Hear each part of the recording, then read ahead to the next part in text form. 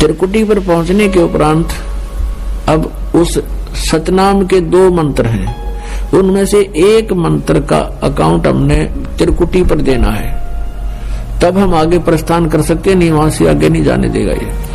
तो वहां परमात्मा आएंगे इस दास के रूप में, गुरु के रूप में। और जिस भी पुण्यात्मा की जैसी आस्था इस दास के प्रति आज बनी हुई है, तो त्रिकुटी पर भी ऐसी ही होगी। इसलिए परमात्मा कहते हैं, गुरु मानुष कर जानते ते नर कई हैं अंधे हैं वो, और महादुखी संसार में फिर आ गई हम के फंद। आपने गुरुजी को परमात्मा के तुल डील करना है, और ऐसे नहीं मानोगे तो आप फिर जहां भगवान होगा इस दास के रूप में, क्योंकि परमात्मा ने आपके पहचानो। अगर दूसरे रूप में खड़ा होगा तो आप बात भी को नहीं करो, और इस दास के रूप में आएगा तो आप जाते ही दंडवत प्रणाम करोगे, जैसी आपकी आस्था, यानी वो फिर अंतःकरण देखेगा। यहाँ तो आप झूठ भी बोल देते हो, कोई बीडीपी हो वो भी नहीं करना जी, ठीक से मेरा नाम, मैंने कोई मर्यादा भंग नहीं करी, या कोई और अन्य पूजाएं करता है साथ में, तो वो तो वहां जाकर तो आपके समक्ष फिल्म चल पड़ेगी, और आपका कैसा भाव है गुरु जी के प्रति वहां पता लग जाएगा। गुरु मीन भगवान के प्रति। तो वहां अगर आपके मन में दोष रहा तो आप वहां से रिजेक्ट हो जाओगे।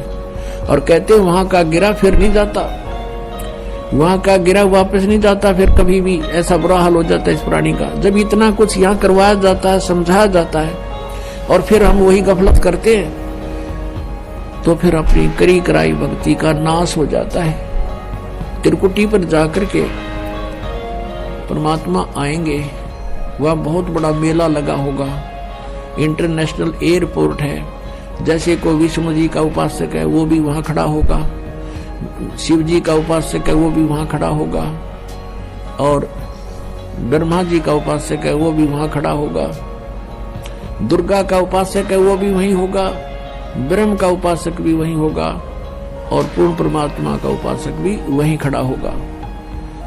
अब वहां बहुत बड़ा भीड़ होगी, मेला होगा।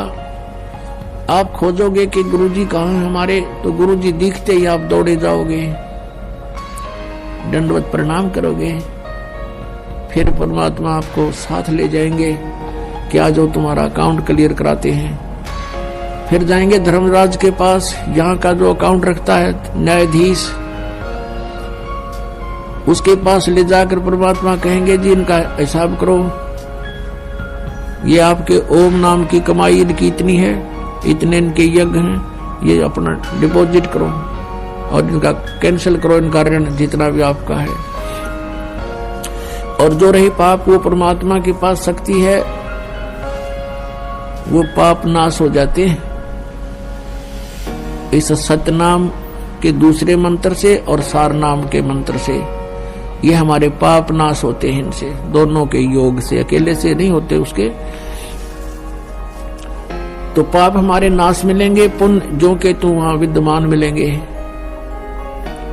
तो वो काल के ब्रह्म से, वो ब्रह्म नहीं आता सामने, वो धर्मराज छोड़ रखा उसने कि ये काउंट करेगा, उसको हिसाब दे देंगे। फिर त्रिकुटी से आगे चलते हैं, फिर हम ब्रह्म रंध्र की ओर। अपने आत्माओं, काल ने बहुत ज्यादा जुगाड़ जोड़ रखा है, और जो ज्ञान हमें प्राप्त है अभी तक पता था, वो बहुत ही सीमित ज्ञान था। अब जैसे यहां से त्रिवेणी होती है, त्रिवेणी 3 रास्ते हैं, आगे चल के त्रिवेणी का जो मध्य का रास्ता है उसको पार करके हम त्रिकुटी पर जाते हैं, और वहां फिर त्रिकुटी से आगे फिर ऐसे ही 3 रास्ते हैं। वो मध्य का रास्ता है, वो ब्रह्मरंध्र, सेकंड ब्रह्मरंध्र है, जो काल के निज लोक में प्रवेश करता है। अब ये ब्रह्मरंध्र मान रहे थे 10वां द्वार, 10वां द्वार, हमने 12वें द्वार को पार करके सतलोक जाना है। तो वहां पर धर्मराज का हिसाब करवा के फिर हम प्रवेश करेंगे 11वें द्वार में, इस अक्षर पुरुष के लोक में। अक्षर पुरुष का लोक यानी स्थान 7 संख ब्रह्मांड का है, उसके अंदर से हमने जाना है, तो उसका ऋण हमारे ऊपर, वो सिर्फ इतना ही टैक्स हो जाता है, वहां से वहां तक जाने का उसका किराया है। सतनाम के दूसरे मंत्र का जो तत्व है उसका, तो वो परब्रह्म के लोक में हम इसको दे देंगे, परमात्मा साथ रहेंगे। फिर हम 12वें द्वार में जाएंगे, भवन गुफा पार करके, और वो सतलोक प्राप्ति होगी उस 30